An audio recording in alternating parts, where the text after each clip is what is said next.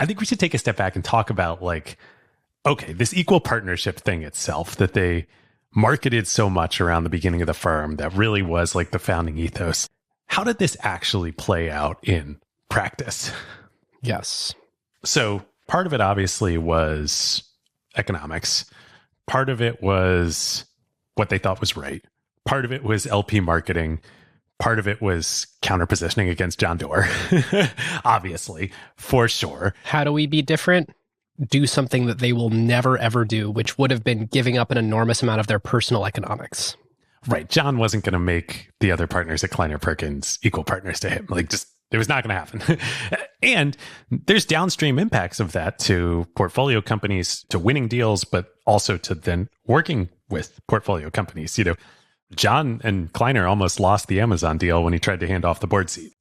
Not only did that not happen at Benchmark because there were no junior partners to hand the board seat off to, it was like in the case of eBay, it was the opposite of that. Like, hey, we'll all come help you. You know, we're going to bring the whole talents of the whole firm and all of our varied skill sets to help you. Yep. And then there's the other counterpositioning aspect versus John and Kleiner of like, you know, there's no keiretsu here. There's no being forced to work with other companies. There's no, you are a part of a larger whole. You're not a cog in the machine. Like, this is boutique by design. This cannot get bigger than what it is. And everyone is special. Everyone gets attention. Every partner within the firm has full context on who you are and what you're doing. Designed not to scale. Yes. So now let's talk about some of the second order benefits or effects. Everything is about trade-offs. So it's the benefit that comes with the problem. It creates a culture of unbelievable trust. I think this was some of the surprise upside of the model. When nobody has any incentive to claim credit for anything because everyone already has the best job at the best firm, then it forces even the most competitive people, of which they all were unbelievably competitive people, to have a sense of teamwork that just wouldn't have happened otherwise. Because as we know from Buffett and everyone else who has said it over the years, incentives drive behavior. And if you truly create the incentive for this group of people to be this team-oriented, then all you're left with is this culture of teamwork and this culture of trust, where you're all in bed with each other. I mean, you have signed up to be, for better or for worse, a part of this person's success or failure. And let's unpack those incentives, because I think there are several layers to this. There's the obvious economic incentive. David Byrne made as much money on eBay as Bob Cagle made on eBay, as Bruce Dunleavy, as Kevin Harvey, as, you know, Andy Ratcliffe made on eBay. They all made the same.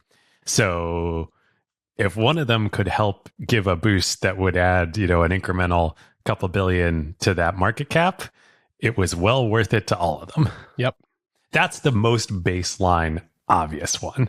But I actually think that's the less salient one on a day-to-day basis.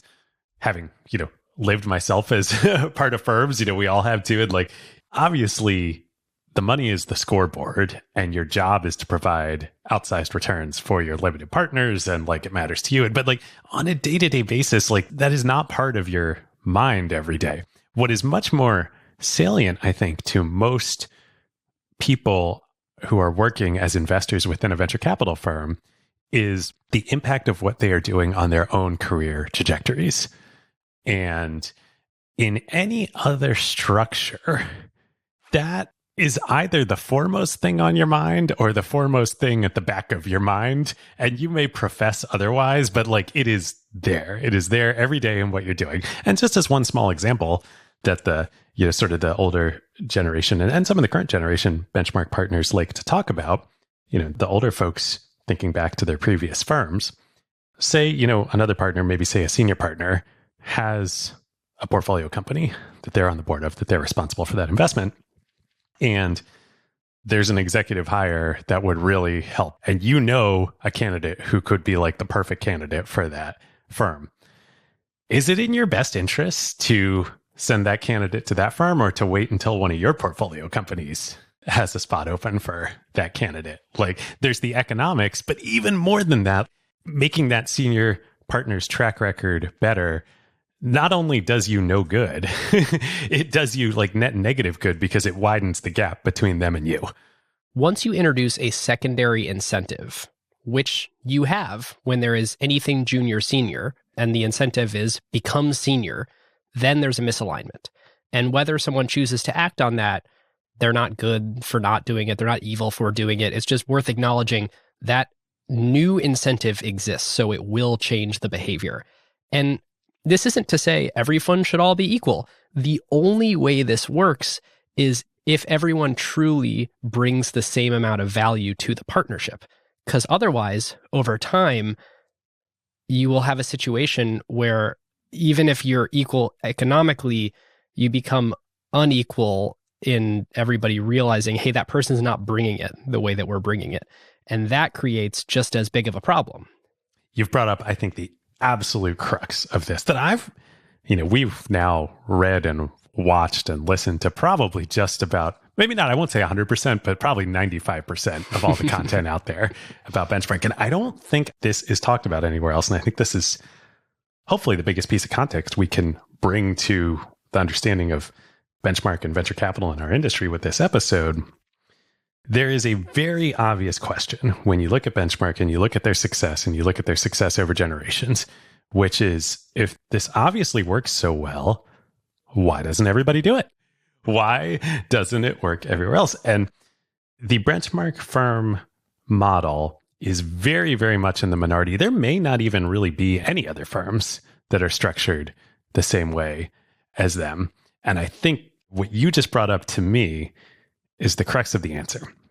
There's two ways that this partnership model in the Benchmark style can play out, depending on the personalities involved. For most groups of people, I think it actually trends towards mediocrity. And this was some of the criticism of LPs and some of the other GPs in the early days, thinking they were crazy. They called it communist capital.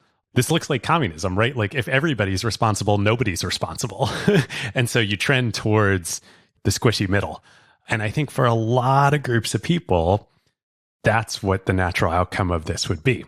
Not to mention you have people that are overcompensated and some that are undercompensated if you're not all sort of bringing the same amount of value. And so the incentive there is messed up too, because I think this is a different way of saying the same thing you already said. But if you're the person that brings the most value, but you're not being compensated for it, well then... Why are you giving 80% of your economics to these other deadbeats? You start showing up in a mediocre way. Yep, you're going to leave. For this model to work, you need every active general partner, every owner of the firm, everybody who is in that equal slot to be bringing it at an equal level, both in terms of effort and in terms of output. To bringing it at an equal level and to literally the utmost of their capabilities. Because I think it does trend towards equilibrium and equal level of effort and bringing it that everybody brings.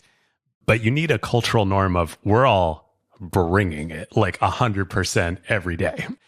And that's, I think, a big part about what that sort of the initial swagger that Benchmark had and then that reset afterwards, I think really set that as the tone. And that's what I think makes it very hard for other groups to replicate. Yeah. And I also think that's why they have to retire once they sort of age too far out of their 40s, because it is an implicit thing among the group of you gotta be bringing it all day, every day. And at some point, if you want to notch down to 90%, it's time for you to not be a GP in the fund. And I think a lot of these things, especially after talking with folks who are and have been partners, I think a lot of this is implicit. I don't think this is codified in rules anywhere. And I don't think a lot of it is explicitly said in conversation, because they have an awareness of how unbelievably delicate the trust is and how you need to create an unbelievable support system for your partners to be able to succeed. You have to be super supportive of them to make the riskiest possible decision, because that is the business that we're in. You have to find the outliers. You have to go find these weird marginal edge cases. And if somebody feels like they don't have the trust and support and safety in their partner group, they're not going to do that. And so a lot of conversations, I think it's a very sort of like familial group, and like there's sort of lore about these 10-hour Monday meetings where, it's meandering and it's jovial and it's friendly. I think the hard conversations have to be just so delicately handled in order to maintain this like very delicate state. It's constantly balanced on a knife point, I think. Yes. And here's what's even harder about maintaining that sort of knife point equilibrium and the nature of our business, and particularly the nature of early stage. Even the very best investors and the most engaged, the people who are bringing it on the effort and who have produced and are likely to produce extraordinary outcomes going forward, we all hit dry spots. Right. I mean, I was just recently the other week listening to Roelof from Sequoia did a great interview on Tim Ferriss's show. Awesome conversation. And, he's freaking Roelof. He's running Sequoia now. He took over for Leone, right? And one of his very first investments was YouTube. So right out the gate, he's crushing it. But then he hit a dry spell, and it was really hard on him, and it was hard on the partnership, and he talks about it. So like now imagine you're within the Benchmark partnership, and one of the partners or multiple of the partners hit one of these dry spells. How do you disambiguate as a member of that group? Do I think that my partner, this person, can pull themselves out? Can we as a partnership together pull them out of this dry spell? Will they get back to performing at the top of their game or not? Right. You have to keep their head game strong. You can't add to the pile of reasons of self-doubt. So I think this is the trade-off implicit architecting a firm like Benchmark the way that they have, if you're going to maintain world-class performance. It will not scale, but you do get this next level of trust that you can't get any other way, which should lead to outcomes. And which, actually, this is a good time.